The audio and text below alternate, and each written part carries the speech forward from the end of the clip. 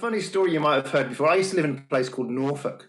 I was just chatting with Josh before the talk, saying I used to live in Norwich, it's Norfolk is a very rural community, and the story is told that a guy was once driving along through Norfolk and got lost looking for one of the little villages, and he stops and finds a farmer leaning against a fence, and he says, what's the best way to get to Haysborough? I won't even tell you how they spell that in Norfolk. It's like a line of code in itself.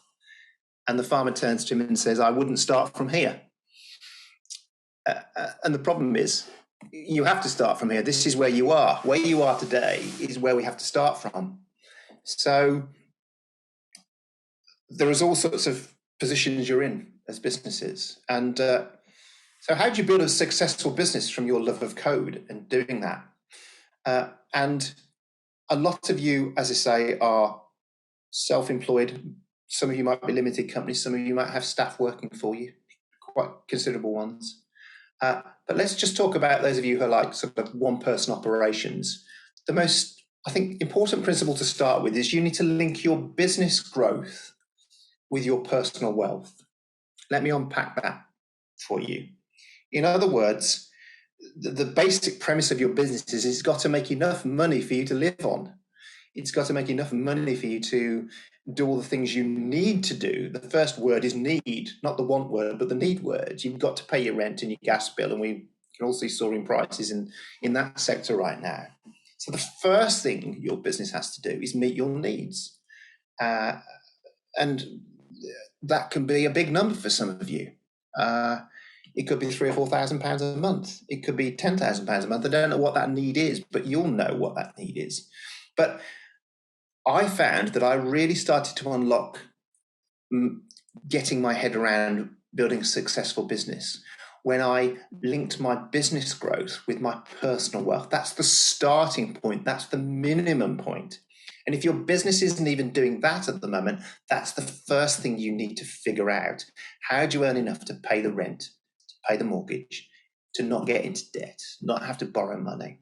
So how do you do that? How do you link how do you build that plan? And we're going to do some practical numbers first. And where do you start? Now, I'm going to say something now that you'll find a little odd.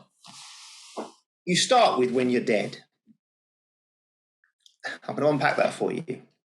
I want you all to imagine for a moment that you're looking down, you've departed this mortal coil. And I've always been amused when insurance people have said to me, if the worst should happen, and I once said to one of them, there's no if about it. That when the worst should happen, have you planned? And the point about this is that what I'd like you to imagine is looking down on what you've left behind. Some of you might have partners, husbands, wives, children. What do you want to leave behind for them? And for me, it's like I want them to have a great home that they're safe in, that the mortgage is paid off, the rent's paid off, that they've got their education. All those things are met. They don't have to worry. I want to tell you something personal now. I was one of the unfortunate people who had to say goodbye to my dad over a FaceTime call as he died from COVID in February this year. And that was, as you can imagine, a grueling moment in my life. And once we'd gone through the terrible pain of dad's loss, the next thing that was left to me as his only son was to make sure that mom was okay, because he left a widow. And dad did a brilliant job. We've gone through mom's finances of making sure that mom can live happily and safely and without worry. Now he's gone. He'd thought about what happens when I go. And why am I talking about this? It seems such an extreme thing to say. It's an extreme thing to say because that number is a big number. Those kind of numbers are numbers that we don't think about a lot. The biggest number most of us will think about in our lifetime is our mortgage, £300,000 or whatever it is. But the kind of numbers we're talking about where you leave something behind are a big number. And that's the big number you start from. So you're saying, if that's the kind of number I need to leave behind, how do I work backwards from that? And given 20, 30 years from now, what kind of money do I have to earn every year to get to that point where I can leave this earth and the people behind who safe and secure knowing they're taken care of. So that's my first question. What do you want to leave behind? And as I say, for most of us, it's a big number. There's another joke. How do you eat an elephant? And the answer is in very small pieces. So how do we break down that big number? Let's do some simple maths, because this is all about tonight. How you turn your love of code into making a living. These are numbers we're having to talk about. And as I say, often people think that marketing people are all about like smoke and mirrors and Facebook campaigns and all that kind of stuff. But I'm a very pragmatic person, and when I sit down with my clients, I need to ask the kind of questions like this. So here's some simple maths. If you need to earn 120,000, I'll put these in dollars, because I think I'm talking globally. If you need to earn £120,000 a year, that means you need to make $10,000 a month in net profit. Net profit, that's the money you have left over after you've paid all your business costs. Or in the words of my father, as I say, profit is what you don't spend. I've always loved that expression because it's simple for people like me. So if you're running a business, it's not your turnover, because turnover is a different number. Profit is what's left after you've paid all your bills out. So if you need to earn £120,000 a year, that's 10k a month. If it's £60,000 a year, that's 5k a month. Let's break that number down a bit more. Even smaller numbers. To earn 10k a month, you've got to earn £2,500 a week, $2,500 a week, or $500 per day, or $70 an hour. And you have to then start to figure out, in a world where there's a lot of plugins, and as you can see, that's just one brand, and that's just a few of the plugins from that one brand Waves. There's a lot of plugins out there. I'm going to talk about that in a while as well, when we talk about how you build plugins that people want to buy. So to get to those numbers, let's talk at pricing scenarios for a moment. For a plugin costing $250 a day, $250, you need to just sell 2 of those a day. Or a plugin costing $50, you've got to sell 10 of them a day to get that big number. Plugin costing $20, you've got to sell 25 per day.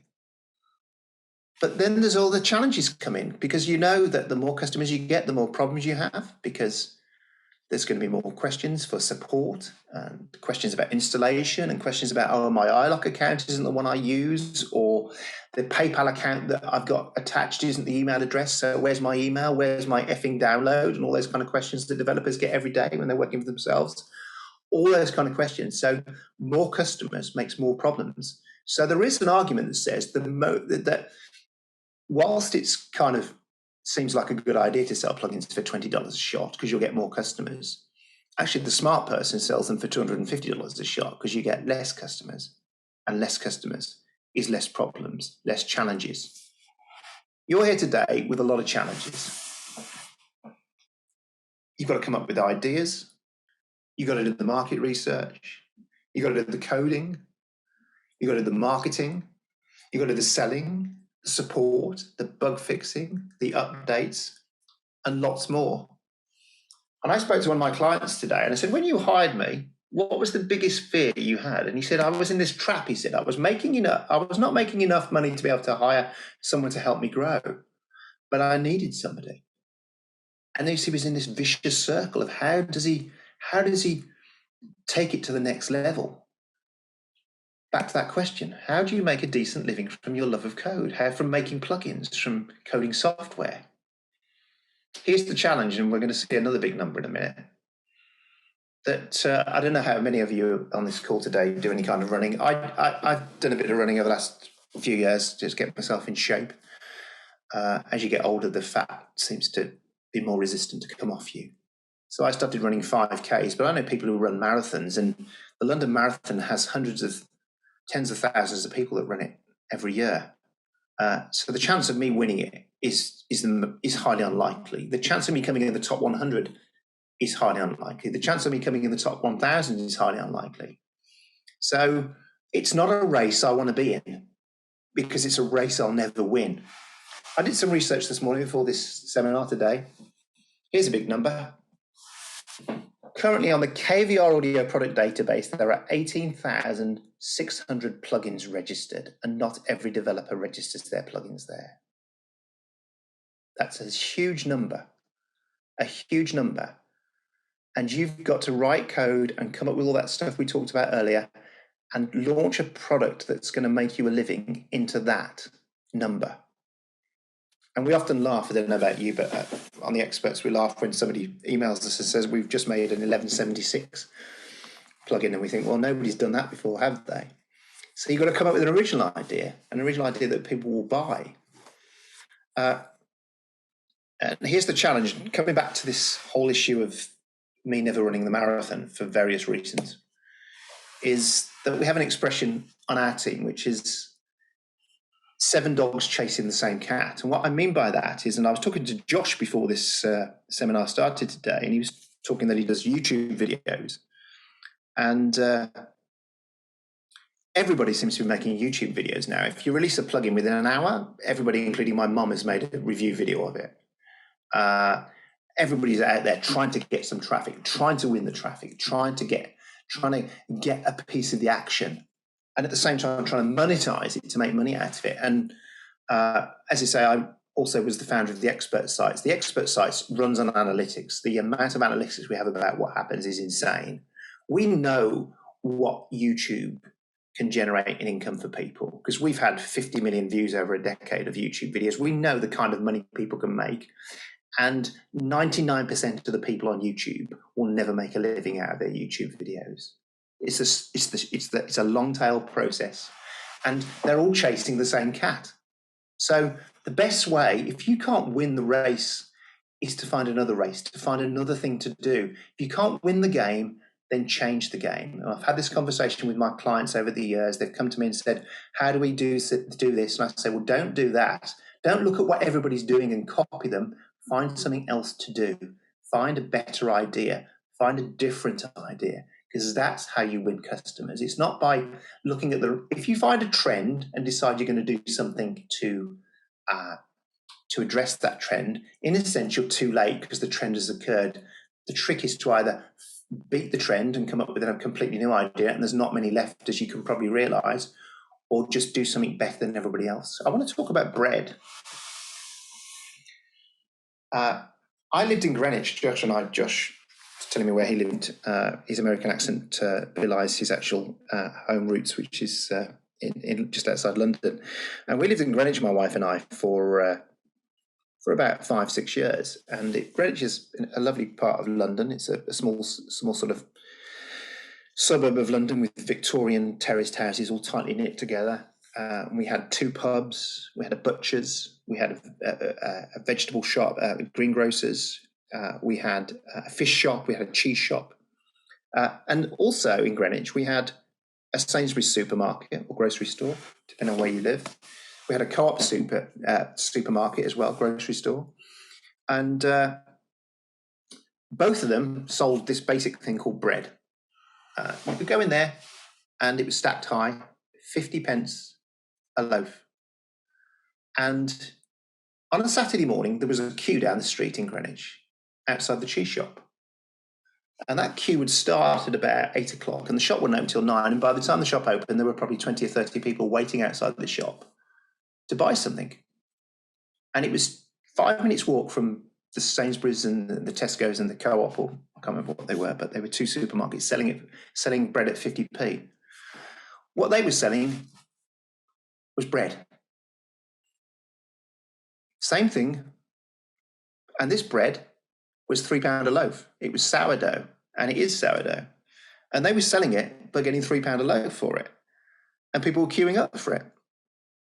And it's really interesting that whilst 2 other companies were chasing the lower ground of 50 pence loaves of bread, which were piled high, you could sell it all day if they wanted to, or whatever it was, there was one company that was selling it for £3 a loaf and couldn't get enough of it, and couldn't make enough of it, because they'd realized that if they found a niche, they could actually make a decent living out of selling bread. Both were bread. One sold for 50p, one sold for £3. One had a queue, the other didn't. 2 companies were fighting for that 50p bread market. The other company wasn't. They'd found another way of doing it. They made better bread, nicer bread, niche bread that artisan bread, I think is the term, isn't it? So the thing I want to say today, first thing I want to say, or the second thing I talked about, linking your wealth with your personal growth, is if you're trying to make the same thing, you can't win the game because other people are already doing it. And if you are making something that everybody else is making, then you can't influence the price of that product. The price is almost determined when you come into the market. So if bread is 50 pence a loaf, that white bread, then you can't start selling it for £3 a loaf because people won't buy it from you. Whereas if you come up with something different, something new, something clever, something problem solving. One of our clients is Sound Radix, wonderful company, wonderful guys based in Tel Aviv.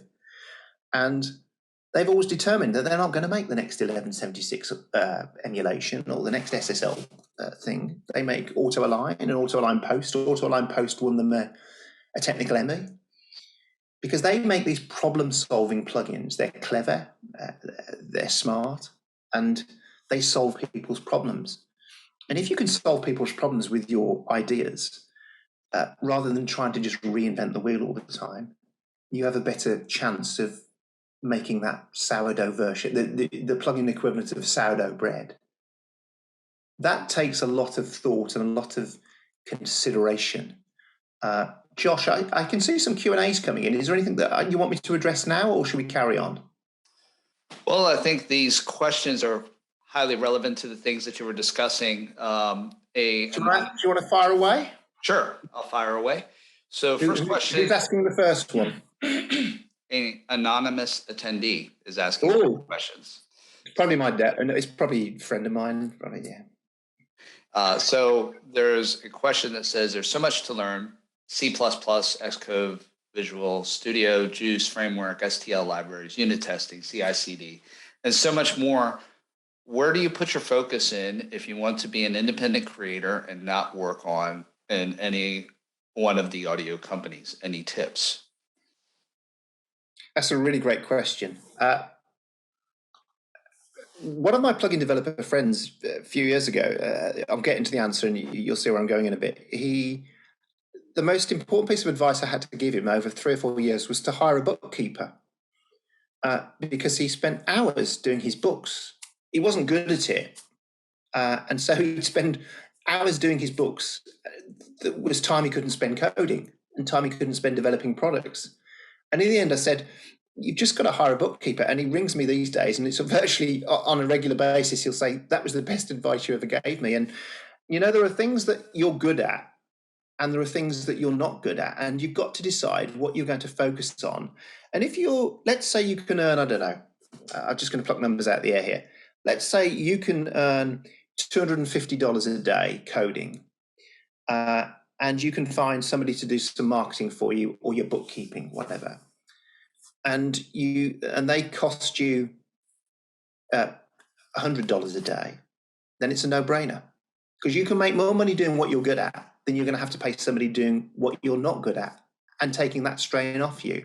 So it's a case of working out. It's always a real challenge, this. When do you start? And the great thing is, because we live in this gig economy now, you haven't got to take staff on. So I've got a bookkeeper, and they work for me 2 days a month. So I pay them for 2 days, and that's it. But I can earn more in 2 days doing what I do well to pay them to do what they do best. So it's really good, if you can, and really important to decide where you prioritize your time, because your time is money as self-employed people. And it's important for you to offload some of the things you're not good at, the things that stress you out. I had a seminar like this for a load of record producers and engineers. And I did a whole seminar on marketing. And at the end of it, they started doing Q&A.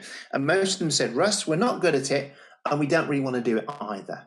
Will you do it for us? And it was kind of really interesting. So there are some of you sitting there today listening to this thinking, I don't want to do it, and I'm not good at it.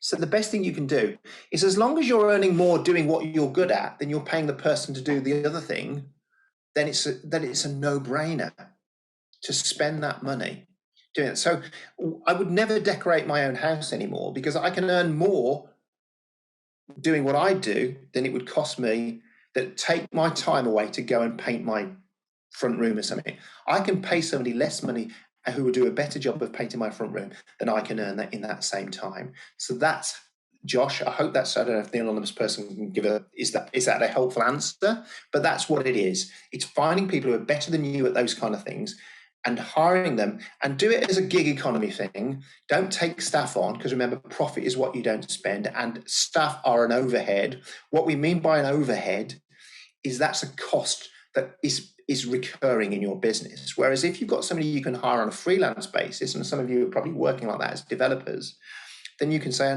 I know that every month I've got to spend £100, $100 to get my bookkeeping done. But it liberates you. And that might be a marketing person, it might be a social media person. Find out the things you're bad at and find somebody good at, and then see if you can make more money doing what you do in that same time than you're going to cost them to hire them. Great. Another question from an anonymous attendee says, same name. I know. Also seems like there are so many great plugins out there. What is left for us to innovate? Not all of us want to do augmented reality or virtual reality audio or collaboration audio. What is the next direction in this field? Oh, that's the $1 million question. I would be a rich man if I knew that answer. But actually, this is a good time to move on to the next slide, actually. I want to talk about the marketing moment. Let me tell you what has often happened in my life. I'll get a call from a developer and say, "Hey, Russ, can we have a meeting with you?" And PJ, my assistant, will set up a meeting. We'll sit with them. We had one recently about 6 months ago, but it happens quite a lot. I had a conversation like this yesterday with a new client, and they've been coding for 2 years, come up with this plugin, boom, boom, boom, boom, boom. Then they call me. Got this plugin to sell, Russ. Can you help me?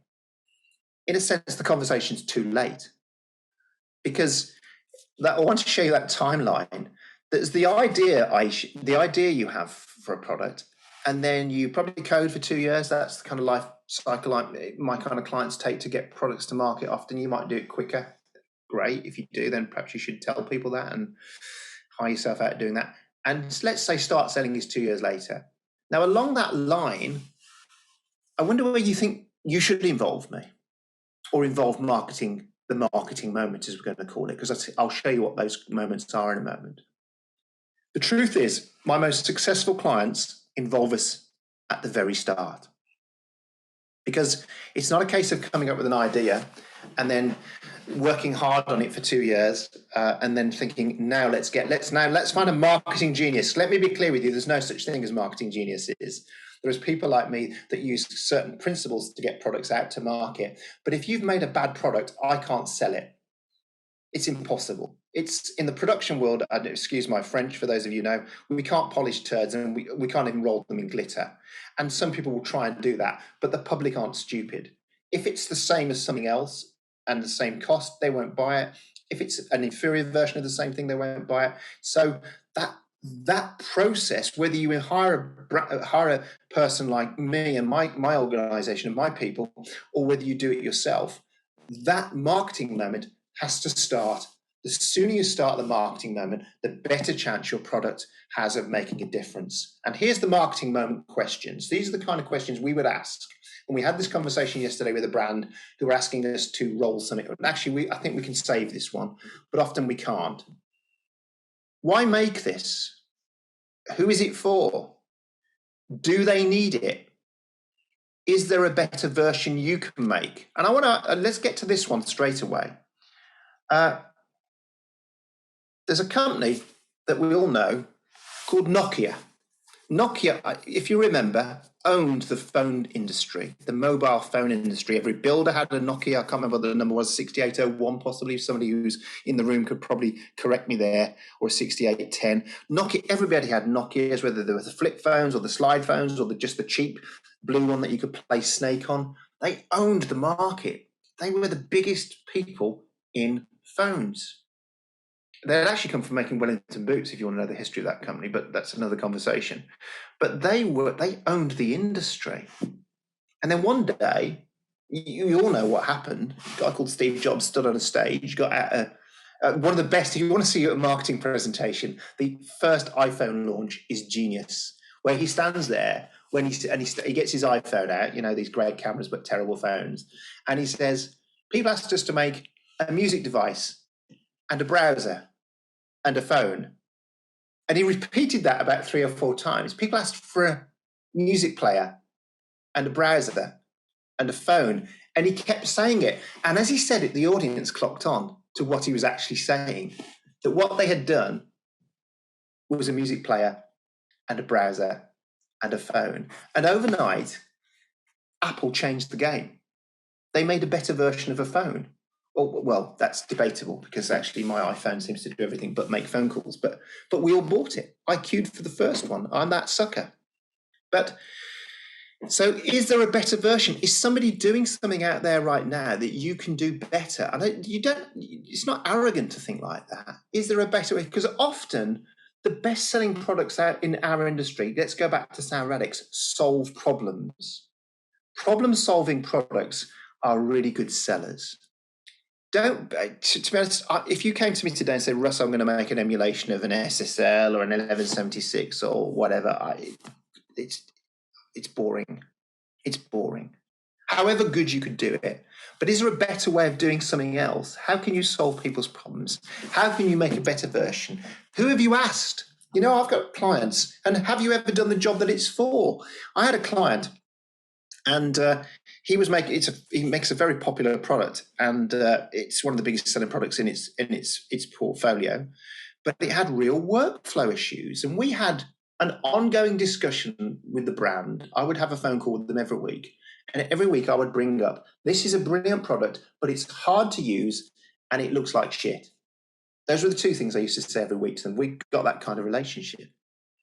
And he would say, and we just keep pushing back on this discussion. He talked about how he's going to make it better. He was always going to make it better by putting more technology in it and giving more features. But inherently, it was still really hard to use and not very nice to look at. So he told me he was going on a trip to the United States, and he was going to LA and he was going to New York for business. And I said, can I set up some meetings with you? And I set him some meetings up with some of the top guys who work in post in Los Angeles, in all the post houses in Los Angeles, some of the top music people in Los Angeles, and some of the top music people in New York. And I sent him on a little tour of all these artists that were using the products. They used his product, and they told him what they thought of it. And they told him what I'd been telling him for 5 years. It's a great product. I'd use it more, but I use your competitors, because even though it's not as good as yours, it's easier to use. And I haven't got much time to learn your product. And so they came back and they reinvented their products, and it really worked. So make sure that if you're sitting down there, it's very easy, to get tunnel vision. We all do it, where you're coding or coming up with a product, but you've never asked the people who are going to use it what they think of it. I have a group of top engineers and producers that I've developed over the last few years. And when a client of mine is bringing a product to market, I throw it at them and say, right, tell us your worst now. I don't know if you know, I was the guy that helped launch the Sphere modeling system by Townsend Labs. They were recently acquired by Universal Audio. And Chris, who owned the company, came to me in 2015. I think it was the end of 2015. And he said, Chris was at Avid before this, and he'd invented the 11 rack, the guitar modeling system. So he had credentials. He had a track record of making great products. And he said, I've made this product called the Sphere mic modeling system, and he showed it me, and it was quite clever. It was brilliant, really. It had 2 capsules, so it would capture both sides of the mic, so it would give you both on-axis and off-axis response. And he said to me, what do you think? And I said, well, it's good, but the workflow is a bit odd, because they've got to capture 2 channels as they record. And we need to make sure that the people who are going to buy this product don't mind changing that workflow. So he said, I want to launch it at NAMM. I said, I've got another idea. Why don't we try this idea? By this time, a guy called Eric Papp had joined him as well, and they were working together. Instead of launching it at NAMM, let's hire a condo just outside NAMM, and I'm going to send you down some engineers and producers who are going to come and have a look at it. You can do a presentation. They built this little studio in this condo just outside NAMM, and we're going to show it to them. What I didn't tell them was I was going to send them some of the most cynical, dyed-in-the-wall engineers that hated all the kind of modern stuff and would rip the thing to pieces. I did it on purpose because I wanted to make sure that when it came to market, it would survive the gear sluts. It would survive all of that sort of gear space, we call it now, don't we? It would survive all of that stuff. It would survive the public. It's so important that your products survive the public because that is the jury you're up against when you launch a product to market. And they went to see it and gave really great feedback. And we delayed launch of that product, I think, for another 9 months. Another product beat them to market, which was the Slate VM1. But we were determined that we were going to take this route and do it and create a better workflow with this product. We launched it on Indiegogo.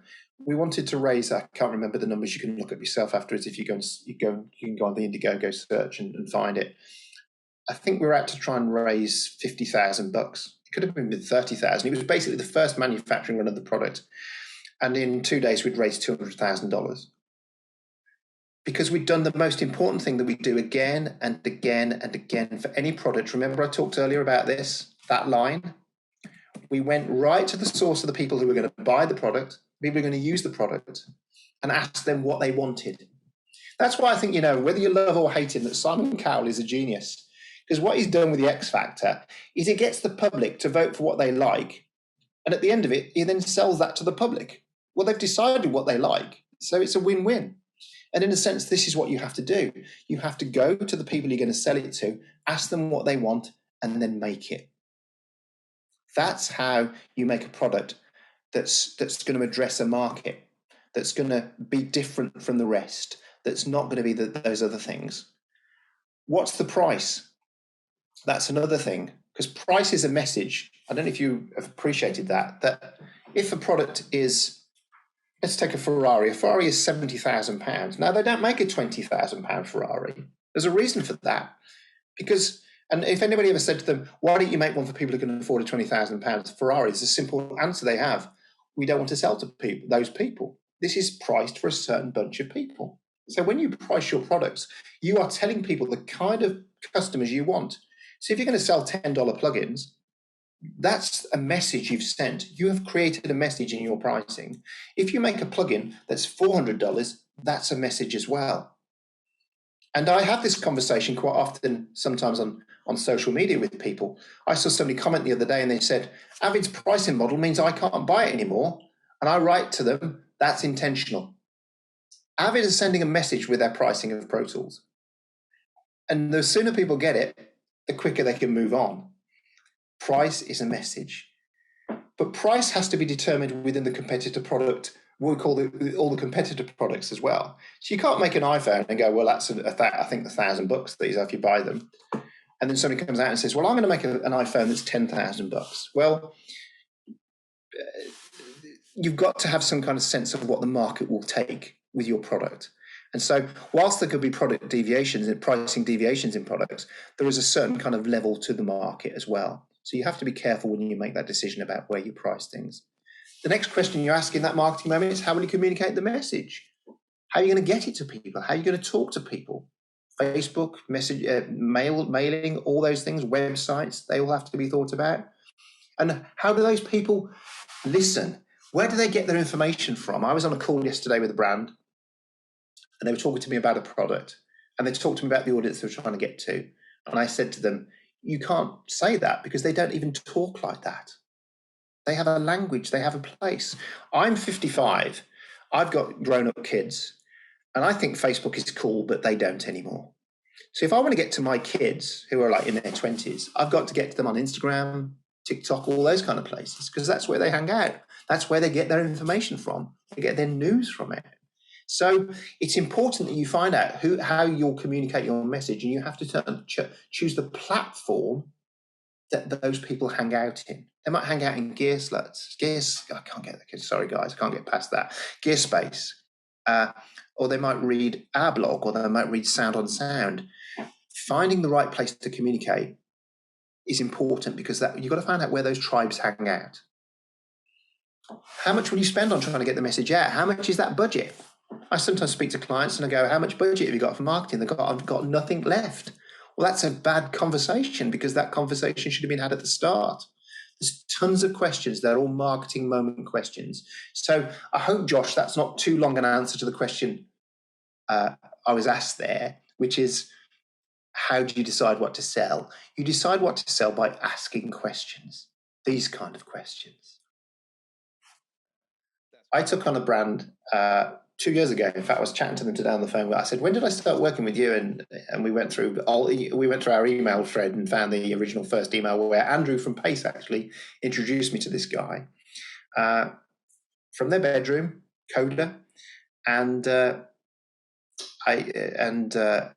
he at that point had turned over $487,000 in that year for the company, which is great. Coding from bedroom, happy days, eh? We're in London one night at an event that it was at Strong Room Studios, and we'd all been out for dinner afterwards, and we're walking along. I'd been working with them for about 6 weeks at this point, and he said to me as we were walking down the road, "How big do you think this can really be? How far can we take this?" I said, "Give me 2 years and we'll get you on $1 million a year." And yeah, well, he didn't laugh in my face, but I asked him, it's in my book as well. I said, "What did you really think when I said that to you?" I said, "Did you think I was just talking rubbish to you, or did you really believe me?" He said, "I didn't know what to think." And now I'm not sure if that was just his politically correct way of dodging the question I was asking him. Net sales so far this year for that company without Black Friday, and Black Friday will probably put another $500,000 on it. One person from their bedroom, coding, making plugins, 5 products. But what we've done is we've gone back to the start of this line, and every time he does anything, the first thing we did when I took him on, I said to him, "This is something missing in this market. This is an area you need to sell into, because 1, you can determine a better price for your product, and 2, they're better customers, and let's do it." And he was already working on a product, and then he refocused that product to address that part of the market, and we launched that product, and in a month we sold $500,000 worth of plugins, which is insane. Guy from his bedroom. And so in answer to the first answer to your question, there's still money there. There's still money to be made from making plugins, from making code, but you really do have to do your homework. I think that in a sense, part of this industry, the problem with this industry is it is oversubscribed. If that's partly what your question is derived from, is that a lot of people move from a door to another door to another. Oh, I love Logic. Now I'm going to buy Pro Tools. Now I'm going to buy Studio One. Now I'm going to buy Cubase, and they go around in a circle. And then I'm going to buy this 1176. Then I'm going to buy this 1126. And so, what we get half the time is not the market growing, just the market moving around. Just allegiances moving around, and that's the problem. And so, what we see half the time in our industry is people trying to win the same customers to their business. It's the same as the phone industry. If you know that the mobile phone industry works exactly the same way, is that there's a certain amount of saturation, and all they're doing now is moving customers around. So there's a certain amount of that, but that's not the same as saying that every product's ever been made for this industry. I don't believe that's the case. Sound Radix, when they made it, if you know their products, they Auto-Align Post is a great product. Basically, it was derived from their original product, which was Auto-Align. Auto-Align basically phase aligns 2 microphones or multiple microphones that are static. And then the guys realized that in the post world, that when they're on set, the mics don't stay still. So you've got a lav on the shirt, and you've got a boom mic above it, and they move. Their phase relationship is constantly changing. Now, when this comes into the post edit suite, there could be 3 hours of dialogue with the phase shifts between those 2 mics all the way through the tracks. Now, originally, to fix that in post took about a week, apparently, or several days. Their plugin does it in about 3 minutes. They solved a problem. They've won that part of the market. Everybody loves it. You go and look, and everybody who's anybody just can't work without it, because suddenly they've solved a problem. So in answer to your question, there's a lot of plugins already made, 18,600 I mentioned earlier. There's a lot of people moving stuff around and just moving customers around by making a different version, and it's like a displacement thing going on. And the market, I'm not sure how much this market can get wider. It can to some extreme. Has it got to its maximum capacity of customers? Probably not. But the growth isn't as big as those coming into it and those wanting a slice of it. And there's some big dollars being spent out there. So but what I can say is you can make a product that's original and unique and make a lot of money out of it and win an Emmy for, in the case of Auto-Align Post, and grow a business and make significant sums of money. There's still growth there, but the growth is in solving people's problems and coming up with ideas that do things better. It's that marketing moment again. If you forget every slide tonight, screenshot that one if you're watching on a computer now. Those are the questions you need to ask before you do anything. Kind of like before you leave the house questions these are. Don't make something for 2 years and then come to somebody like me who's a marketing genius, quote unquote. As I said, that's rubbish. It's not the case. If you answer all those questions, then that product will sell itself. Great. Yes. Joe Hanley. So we have some non-anonymous people now. Yes. Give them a prize. Can they get a prize for using a name? Let's see. Well, I'm sure we can. Who do we have? So we have Joe Hanley asking, you mentioned that people that work for you are 100% freelance. I take the same approach and love the lack of overhead, but consistent availability is an ongoing issue for me, as these freelancers aren't always available or they eventually get a full-time gig. Do you run into that issue? And if so, how do you handle it? Well, there's a legal issue first that I must say to you, that you can't hire anybody. We're talking about the UK law now. It might be different in other, but this is an international seminar, I think, isn't it? So people could be calling in from any part of the world. Is that correct, Josh? That's correct. Okay, so in the UK, I can't hire somebody and keep them freelance and they only work for me, because at some point the Inland Revenue will come to me and say they are effectively your employee and you have to hire them and pay national insurance and all the other stuff and give them all the benefits of that. So they do have to do other work. So what I do is all those hires, they all have other gigs as well. And it's just a case of me making sure that I've built a system in place that manages that. So for example, I've got somebody who works on my core team. Let's talk about my core team. That's the easiest one to talk about, because those are the people that I rely on. I've got one that works Monday, Tuesday, Wednesday, Thursday. I've got one that works Monday, Tuesday, Thursday. I've got one that works Tuesday, Wednesday, Thursday.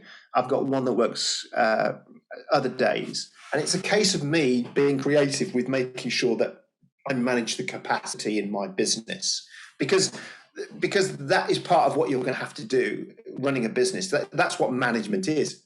It's managing resource, and you'll know, as coders, you'll know exactly what I mean by managing resource, because you do that in code, and it's managing that resource. But there's another part to this. It's making sure that there's kind of ad hoc freelancers that you could think about, but there's also freelancers that know they've got a regular gig with you. And actually, I had a 2 hour today with a friend of mine who's part of the management team at Isotope. They've been clients of mine over the years. And we were talking about, there's a great book. If you want some book recommendations, there's a book called Drive by Daniel Pink. It's all about motivation, the whole carrot and stick theory and all that kind of stuff. Is what makes people stick with you, or what makes people sell more, or buy, those kind of things, motivation. And he said to me, it's great you've got people who love working in your organization. And I said, well, it's quite simple in my view. I've built an organization that I want to work in, the kind of place I want to work. And if I build an organization like that, then other people. So I'm kind of in the magnetism world. I believe that you can't make people do things. They eventually, to some degree you can, but only for a certain amount of time. At some point they're going to say, screw you, I'm off. So if you build a culture and a working environment, so here's an example. I pay everybody instantly. So when I get an invoice, I don't wait the 30 days, I pay them that moment. I had a situation last Christmas where I had to do a film shoot. One of our clients is Synchro Arts, and we did a film shoot for their Vocal Line Ultra. It was done in a studio over Christmas. It was the pandemic. I had to get 2 actors out at the studio. I had to get a film crew out there because I couldn't travel, so I had to direct a video over an iPhone on a Saturday morning while putting up Christmas lights at my house. It was a bit of a chaotic thing, but it worked, and I had this great camera guy and director who helped me on the shoot. And this actress came across London, and she did the part for the video, and she sent me the invoice, and I got the invoice. I was walking my dog. I live in just outside Belfast in Northern Ireland, a place called Bangor, not the Welsh one that has the song about it that Terry Wogan sang. This is the other Bangor. And so I live 5 minutes. So I was walking my dog on the beach on a Saturday morning. Her email came in with her invoice in it, and I paid it because I've got a Starling bank account. One of bank account recommendations, Starling, I'd say every time if you live in the UK. And I paid her within about a minute of getting that invoice, and she texted me back. She said, I've just got your payment. It's the fastest payment in history, and put a smiley. There's a reason I do that, and it's very simple. If they've got to make a choice between who they're going to give their work to, who they're going to freelance for, I can bet you they'll choose the person who pays them fastest, who doesn't mess around. And so in order to keep people with you and people on board in your business, whether they're employees or freelancers, is make it a place they want to be in, make it a place they wouldn't want to go from. And that doesn't have to be contractual. That can be done with magnetism, by doing the right thing, by paying them fast, by not arguing over silly things or being a misery. If you're an idiot, then you're not going to get hired these kind of people. I'm not saying to the person who's asked the question, I'm saying generally to the audience, is that being nice is quite a good business philosophy, actually. It gets you a lot of equity in the world. So my answer is, find people you can trust, develop a relationship that means that they will stay faithful to you, that they won't go looking for the other gigs. And even another story I want to tell to address this. I used to have a printer I worked with in the days when we used to print stuff. He had a little print business just down the road from where my office was. And he was printing probably about £2,000 worth of print a month for me. So quite a big spend, 25 grand over a year. And I would get probably a call every month from a printing company saying they could do it cheaper and they could do it better. And I wouldn't take any notice of any of them. For this reason, I could walk into Mike at 6 p.m. on a Friday night and say, I need this print job done quick. And he'd do it. And he'd do it right first time. Because that kind of service, that kind of attention to detail was worth more to me than the cheap gain of going to another company that could do it cheaper or whatever. I really believe in those kind of really old-fashioned values of decency and kindness. And had a new member of staff join us about a month ago. It was their birthday the day after they joined us, and we sent them a woman, and we sent her a bunch of flowers. She said she'd worked for a company 14 years previously. She'd never had a birthday card after the 14 years. And I just think it was a nice thing to do. And that helps when you're trying to hire good people. That helps when you're trying to keep good people. Those kind of things go a very long way. Josh? Yes, we have another not anonymous question from Mathis, who asks, do you feel that the good customers are mostly professional music producers / sound engineers, and that hobbyist home users are not really worth focusing on? Or does the larger home user market make up for this? I wondered when I was coming out with some of the stuff about who he should sell his plugin to and what market to address. Somebody was going to say, what was it, Russ? Tell us the secret. I'm guessing it was partly that. But it kind of comes to that in a sense, they've answered their own question. And is this a safe place? Can we assume that, everybody? I'm going to say something now that if you quote me on it, well, that's life, but I'm going to have to take a risk here. Remember I said that price is a message? That's a fact in marketing. So it's as simple as this. The professional market, there's two things about the professional market. The first thing is, Let's talk about post, for example. There's not many amateur post people. There's not many people who go in their shed at the weekends and pretend to be post people or try and do enthusiastic post work. Most of the post market is professional. And professional people buy things as an investment. They buy them as a tool. The home hobbyist market generally is like a consumer market. They're consuming products. They're seeing this advert, oh, I must have that, and I haven't got a clue what I'm going to use it for, but I'll buy it because it's $10 today and it won't be tomorrow, and all those kind of campaigns we see a lot more of. And so the reality is, and there's no science behind this, but it's something I've observed over doing this for over a decade, is the lower down you come, and again, quote me on this, I'm going to have to take a risk here. You know what's coming. The lower down you come, the worse your customers become, the more trouble they are, and the harder it is to make a profit. And somebody might be on this call now saying, well, I sell $10 plugins and I love all my customers, they're all wonderful. Well, that's great. Well, you're the exception to the rule, because generally, as I said earlier, the bigger the base you've got, remember that slide I showed you about $250 plugins versus $10 plugins and how big your customer base is? It's just the law of averages that if you have 1,000 people making you the same amount of money as 100 people make you, you're going to have more work to do. There's going to be more support questions. There's going to be more people who don't know what they're doing. The professional market generally have been trained. They know what they're doing. They pay attention to detail. Whereas the hobbyist market, as I say, is a hobby.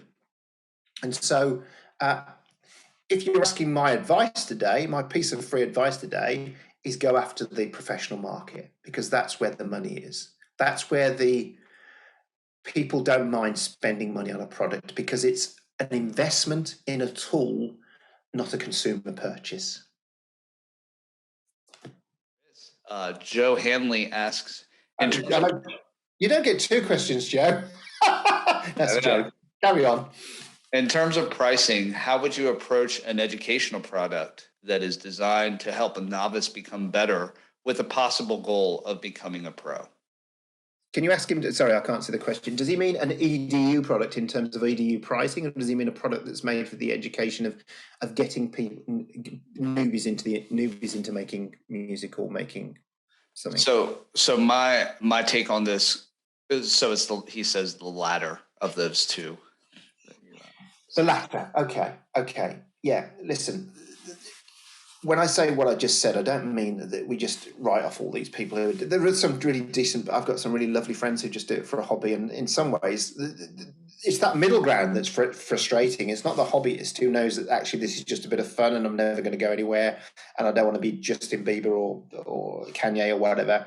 It's that whole middle market that can be the trouble ones, because they read too many threads in well-known forums and decide that they know more about your plugins than you. And I was joking with Josh earlier. I've worked with developers long enough to know that when I see a line in a forum post that says, it must be dead easy to add this to this plugin, and you think you've never written a line of code in your life if you think that's the case. So there's all that kind of gang. But yeah, sorry, what was the question again? It was about the newbies. Just repeat it again, Josh, one more time, please. In terms of pricing, how would you approach an educational product that is designed to help a novice become better with the possible goal of becoming a pro? Okay, one thing I wouldn't do, let me tell you what I wouldn't do. I wouldn't make it a subscription product, because we're going through this whole challenge of subscription models right now. And the whole thing about consumers, in particular, people who aren't going to make money from it, you can't burden them with these constant subscriptions all the time, because if they're trying it out and they're having to sign up for things, and there are kind of subscriptions are like apps on the iPhone store, that can be useful and manageable. But I think that a model that can work for those kind of people, it's a challenging model and it can work. But do you know that some of the biggest brands in the world started off making free products? So, for example, Dropbox was free. I don't know if any of you remember that, but Dropbox was free for a long time. And in fact, I was telling somebody yesterday that when it first came out, I was running the expert sites in those days. I don't run them anymore. I just own the company now, and other people run it. And I got a sign-up link, and the sign-up link meant that every time I introduced somebody to Dropbox, I got an extra I can't remember what it was, amount of storage space. And so I put it in a blog post, and I ended up with 6 terabytes of data overnight. And it was the freemium model, but now, so Facebook started off free, Google is free. There's lots of free products out there. So I've told you today how to make money out of coding, and now I'm telling you to make things for free. But what I'm saying is there's a model called the freemium model. And the freemium model is that there's a free level so people can put their toe in the water. And then there's if they want you must experience them. You experience all the time. It's, like you can do this, but only so far. And then if you want to go deeper, then you've got to pay up and buy it. So that's one way of making a product to help those who want to get into it, because there's the inertia of entry for anything. And the harder you make it for somebody to come into something in marketing terms, the more pushback you're going to get.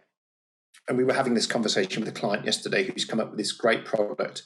But the first thing he said you have to do is fill in this questionnaire before you start using it. And I said, nobody's going to do it. The kind of people you're aiming this at, they will not fill in that questionnaire. That from day one, they won't bother. He said, but I want to capture data. I said, well, the better way to do it then is get them to play with the product, experience the product, find out how wow it is. And then when they want to get the thing that you've created for them, then get the data to download it. It's a good way of doing it. And then also say, if you want to do this better, then here's the paid for model. So that's one way of doing it. There is a market. All I'm saying today is there's not no market for $10 plugins. It's just a lot harder to make a living doing it. A ton harder. So if you want to earn, as I say, even $1,000 a month, you've got to sell 100 $10 plugins a month. And trust me, I've been in this business long enough to know how many plugins sell for all the brands. And it's a hard slog. So think about things like the freemium model, and that would be kind of an area I'd look at straight away if you were trying to do that kind of thing. But just bear in mind that the cheaper your product is, there are drawbacks to it every time. As I said earlier, I'm not going to go over that stuff, professional versus consumer again, because we've been there. Oh, there's suddenly got 4 Q&As. Yes. So Kostas asks, how do you go about approaching media outlets, trade magazines, influencers to cover and review your products? That's a good one, because having my experts hat on for a second, we probably get 2 emails like that a day. Let me tell you, there's something I talk about in my book, which is a thing called marketing empathy. And what I mean by that, you all know what the word empathy means, I'm sure. Empathy means knowing how someone else feels about something. It's different to sympathy. It's knowing what they're putting yourself in their shoes. So here's a question. Imagine running Music Tech or The Experts or Sound on Sound, and imagine that what they've got to do to make a living is to get eyes on their pages, because they sell banners, most of them, or they sell partnerships and stuff like that. So they've got to get people to read their site. And the best piece of PR advice I was ever given was, if there's no story, there's no story. In other words, that you can't, if there's nothing interesting to say, then don't even contact them. But if you've got an interesting angle on something and stuff, then go to them. If it would be helpful, can we get stuff to people after this event, Josh? Is that possible? I'm sorry, say that again. Can I get resources to people after this event if I want to give people Yeah, absolutely. It would probably be a good time for me to mention that this video will actually be up on the ADC portal for the next week. And also we have a Discord group. So any resources that you would like us to pass on, we could put it in the Audio DevCon Discord group for people to ask. Okay. In answer to this question, I'm going to write how to write a press release and how to get people to run it. Would that be helpful? Yeah, that would be very helpful for people. Because what you've got to understand is there's lots of people competing for the attention of those sites. They've got limited resources, limited staff, and every article they put out has got to count. And there's some big brands out there with mega million firepower. I mean, proper money, firepower to get those stories out, who spend lots of money with these organizations every month. And there's some business realities you have to take into account. And so there are ways to get to these people, but I'll put a document together that will give some tips and tricks, and also how to write a press release. Fantastic. And we have another question from Mathis, who asks, at what point does it make sense for a bedroom plugin developer to hire a marketing firm such as yours? Well, that was interesting because, as I say, that was the quote. I said to Matt, where's that quote he said to me earlier? There we go. That I was not making enough money to be able to hire someone to help me grow, but he was stuck. And I bet some of you on this tonight are saying that you're like, hey, when do I do it? And so the bottom line, let's come back to this first question. The bottom line is you have to make enough money to pay your bills. If you can't pay your bills, then that's it. And there is a moment when you might have to take a risk and hire somebody. But if you hired somebody like us, we send you a very big questionnaire first about why you want to hire us. It's a big questionnaire. It asks you a lot of detailed questions because one of the biggest problems we have sometimes is that, a marketing consultant, any consultant really, I say to people, I'm like a doctor or a lawyer. People ask me questions, I give advice. You can take it or leave it. But don't pay me if you're not going to take it. It's a waste of your money and your time. So the question was what? Sorry, how do you go about getting somebody like us? When should you go about getting? When should you? You should do it when you haven't got enough time to do it yourself and you've got enough money to pay them. And a company like ours, you can hire a company like ours for as little as £500 a month. And I know that because I know most of the people working in this industry that do what I do, because it's a very small profession, what we do. There's about 10 of us doing it in the world. Several agencies, and I know most of them. And it's going to cost you about £500 a day to hire somebody like us. And for a small brand like a small developer, we can do most of the kind of work that needs to be done to help grow that brand in about a day, a month. So when you've got about £500 spare and you think it could help you, and you will take their advice, and that's the big one, then that's the time to do it. Our budget, as I say, first few months about £1,000 a month to get a company like ours to do it, because there's a bit of legwork to do at the start, a bit of strategic stuff and things like that. And you've got to think about the money that you're going to spend on things like Facebook campaigns, MailChimp campaigns, all those other costs that are marketing associated. If you want to know a marketing number, this might be interesting for you. If you're launching if you're maintaining marketing, you should be spending about 7% of your turnover on marketing. If you're just maintaining your marketing spend, if you're launching, you should spend about double that, 14%. So if you're turning over £10,000 a month, then you should be spending, as I say, about £700. Is that right, Josh? Is that 7%? Yeah, yeah. Yeah, you're the developers. You do the maths. Yeah, so that's the maths. That's what you should be spending. And when you've got that kind of spare money to hire people like us, then make those calls. And again, if you want some numbers afterwards, I'm really sorry, but we are stacked at the moment. I said to Andrew, because when he asked me to do this seminar, I said, I hope people don't ask for us to do some work for them. Can I say that after this call, I will offer to anybody, I don't know how many's in the room. I might be making the biggest mistake of my life. Don't know how many.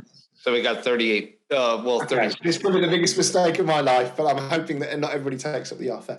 If anybody wants 30 minutes of our time, me and my team, for a one-to-one, then I'll give Josh our contact details, and they can make that call. No strings attached, no cost, free of charge. And in that 30 minutes, we can help you work out whether you need a company like us or not.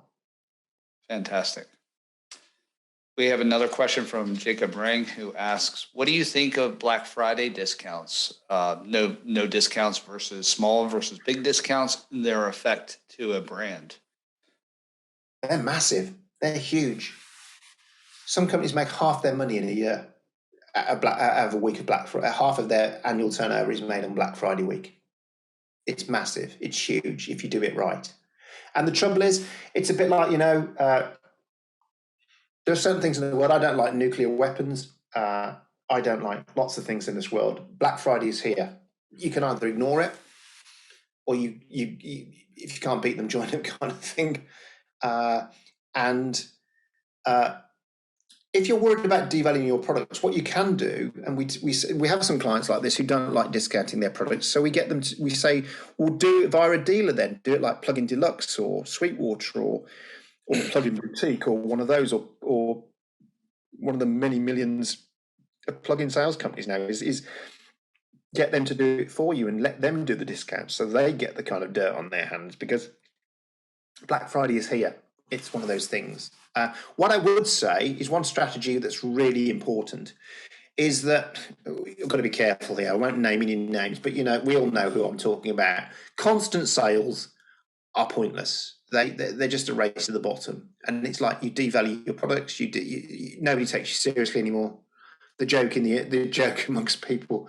There's a group called Shitposting Audio Group or something. It's quite a funny group actually on Facebook.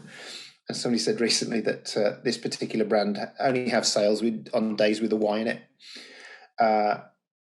because they've always got a sale on. So the companies I work for that have the most successful sales only do one sale a year, and that's the Black Friday sale. They don't discount any other time of the year. They'll sit on their hands all year. They'll have emails from clients every day going, when are you discounting, when are you discounting? But you'll get a reputation if you do that, if you take this model on, that you only discount on Black Friday, and people will wait until you do that sale. And then you will make an enormous sum of money because they'll know that's when to buy it and stuff. You get a reputation for doing it like that. But I will say, don't discount all year round. It's a bad idea. Don't keep doing discounts all the time. It's a race to the bottom. So the only one I would make an exception for, I say, is Black Friday. Great.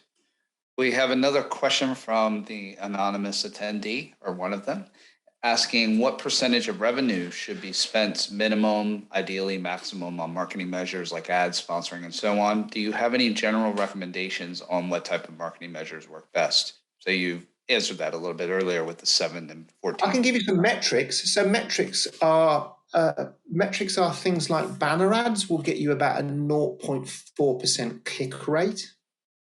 So the experts, and they sponsor this event, they were one of the sponsors of ADC. The experts, a long time ago, we knew that banner ads weren't good value for money. So we say that to clients. Honesty is the best policy. So we say banner ads are virtually just a really expensive way of burning money. So we partner with them, because actually what's more useful is to create what we call content. Probably some of you have heard the term content marketing. That actually what's better is for somebody to show your product being used in the real world, not saying, hey, this is a great... The experts don't do reviews anymore. And I'll tell you why that is because that was a 7 dogs chasing the same cat moment for us. We suddenly realized that every man and his dog was doing reviews about products. And we thought, well, and we looked at the traffic and we thought that didn't really deliver us any traffic. It was a waste of our time, waste of our effort. So we don't really do that many reviews anymore. But when brands come to us with a new product, we say, okay, we're not going to review this product, but we're going to show some real world examples of how this works. Or we're going to take your claims and test them. And I can tell you that they deliver enormous amounts of traffic, and they get much more credibility for the brand as well. So we told them we don't do banners. Well, we do have banners on the site, but we tell them that they're not that effective. 0.4%. I would say in order of value, direct mailing is your best option. MailChimp, I don't know if you all know this, you can get a MailChimp account that can have 2,000 members for free. So 2,000 customers, and you don't pay a penny to use MailChimp. MailChimp is a drag and drop editor. It's really smart. It's really clever. So if you set it up properly, it can tell you all the people with brown hair who are in post who like using reverbs, and you can just send emails to them. Because that's the second thing I'll say to you. Direct mail, the most effective direct mail is focused, targeted direct mail. So rather than just like the experts has about 100,000 subscribers, and but they never send they rarely, should I say, not never. That's a terrible term because it's never true. Funny, didn't mean that. But they will only send to a segment each time. The segment that's interested. If it's a Pro Tools article, it's to the Pro Tools audience. So get yourself a MailChimp account, 2,000 members for free. Start making segments straight away. So if you've got 5 plugins, figure out who the customers are on there that use each plugin, and then you can just email the ones when that update comes. Send them useful stuff. Don't just mail them to sell them stuff. Send them ideas, send them tips and tricks, all those kind of things. Build affection for your brand, build loyalty for your brand by doing something useful. So if you send them out a tip of the week, then you won't mind me saying this. One of the things I do is that for one of the producers, Don Morley, worked with Adele and all sorts of people. He started this thing called the Mix Consultancy, and what the Mix Consultancy is the people send in a track, and then he writes detailed mix notes to help them mix it better. So they learn on the job with their own mixes, and it's been quite successful. And he hired us about a year and a half ago, and we've tripled his income all through direct mail. And every week we send out an email, how to do this, how to do that. And now and again, at the bottom every time, you can buy the products, but it's not the main thrust of the mail. So direct mail is number one, the best way to do it. Direct mail open rates between 25 and 35% if you've got a good list, and your click rates on a good day can be 9%, way up there. Things like that. Click rates are what matter. Facebook advertising is good. It's good because you can turn it on and off. It's very targeted. We don't need to talk about Cambridge Analytica, but they're very targeted ads. I've got a guy on the team who I call my legal Cambridge Analytica, because if I told him to get one-legged dwarfs who play bass guitar and own Cubase, he can target them. So there is that kind of power in Facebook if you know what you're doing. And Facebook has quite good stuff in their business tools to help you do it yourself. But so Facebook can be good value for money. You can turn it on and off. We don't really recommend Google Ads because that's a bidding system. And if you've got a plugin and you're bidding against Waves and Universal Audio, you're going to lose it every time. So that you can burn money quick, and you can be tempted by, they'll say, I don't know if any of you have forgot this, you get Google vouchers sent to you about buying Google ads. Yeah, £100 worth of Google advertising. It's kind of bait and switch trick. We don't see much value in that. Instagram is very good as well. They're part of Facebook, so it's tied together with Facebook, so you can run the same ad on Facebook and Instagram to targeted audiences. So that's good. And you couple that with organic stuff. So what I mean by organic is start a Facebook group. It doesn't cost you a penny. And little and often is better than one splurge. You know what? When you're trying to develop a business and you think, oh, I've got this bloody Facebook group, what am I going to do? If you do one good post a week, and it doesn't have to be massive, it can just be a single line tip about this is how you get, I don't know, a great snare. Don't do that. Everybody's got a post about how to get a great snare. And nobody gives a shit about great snare anyway. All the best songs in history didn't have a great snare on them. But you get my point. So a bit of organic stuff as well. So I would say direct mail first with MailChimp, Facebook, organic and paid for, Instagram, and again, and LinkedIn. Actually, let me tell you about LinkedIn. PJ, who runs all of my social stuff and the guru on this, would shop me for this. If you want to do free stuff, then LinkedIn is so good these days because Facebook are limiting the organic reach. What I mean by that is if you post something on Facebook, because they want you to spend money, they're going to limit how many people see that. So if you've got 10,000 followers on a Facebook page and you put a post up on your Facebook page, not all 10,000 people see that. Probably, if you're lucky, 500. If you're unlucky, 100, because of Facebook's algorithms. Whereas in LinkedIn, the organic reach right now, because they're trying to become the next Facebook, actually, it can seem very businessy. But especially if you're going for the higher end market, like the professional sound people, then LinkedIn is the place to be.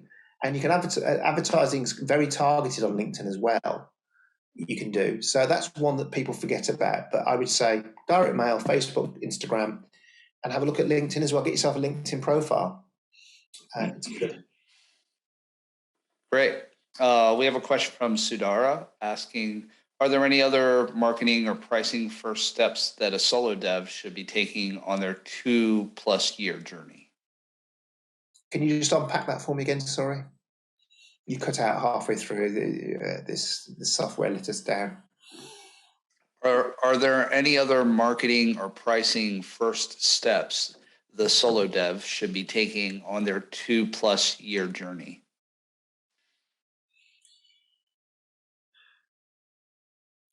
Again, it's got to work for you first. It's got to make sense. Don't price a product at $20 if there's no way on God's earth that that's ever going to make you enough money to live on.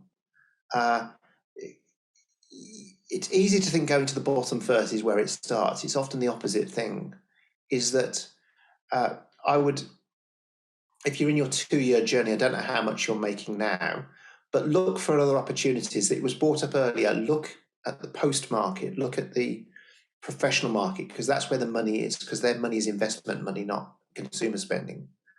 And we'll suddenly have 1,000 post-production plugins after this seminar, won't we? As everybody heads towards that territory. But I'm serious about it, is follow the professional money, because they've got money to spend. They don't think twice about Matt, who has Liquid Sonics. He's one of my clients, and he launched Cinematic Rooms, and it sold products at that point. I think his most expensive product to that point was Seventh Heaven, which was $299. And he said, "How much shall I sell it for?" And I said, 399 quid. And he went, "That's a lot of money." I said, "Yeah, but the kind of people who are buying it, it's nothing." And the amount of comments we've seen over the years, people saying it's a bargain. The kind of people he's selling it to. So the kind of people he's selling it to, it is a bargain. It's a really cool Atmos reverb that that for them is cheap. So my advice to all of you is to think about putting your prices up, not down, which sounds like the most ridiculous thing to say. You think that's odd. You think that the minute you do that, you'd lose customers. Often you might lose some customers, but you know what? My dad had a saying, is if you've got too many customers and not enough time, put your prices up. And that's a great piece of advice, is that you can start to get to the customers you really want by changing your pricing model. Avid is a case in question, which I talked about earlier. Price is a message. So my advice to you is, don't try and make things cheaper. Try and make things where you can make more money out of it.